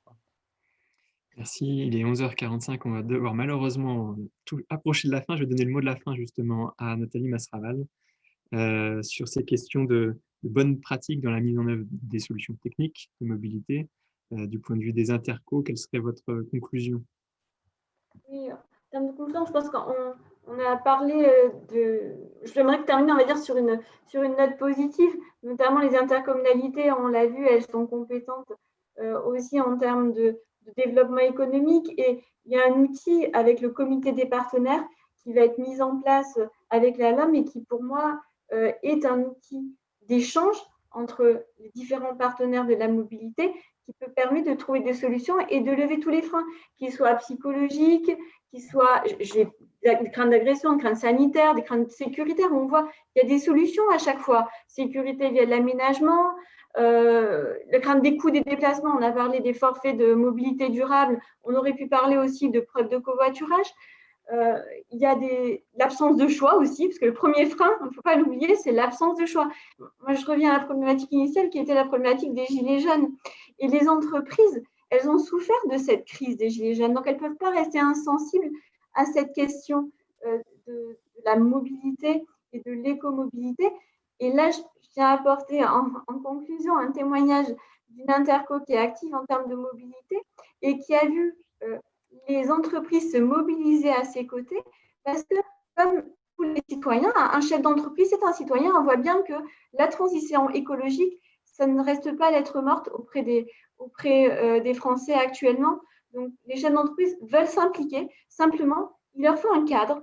Et pour moi, le cadre du comité des partenaires qui est institué par la LOM est un bon outil, permettra de mettre autour de la table à la fois les usagers, à la fois les entreprises, mais aussi, on l'a dit, les acteurs de l'économie sociale et solidaire, les élus qui sont aussi des ambassadeurs. On l'a dit, moi j'ai la chance d'avoir des élus qui font des tests de VAE, qui se font filmer, qui font de l'autostop organisé et qui montrent l'exemple.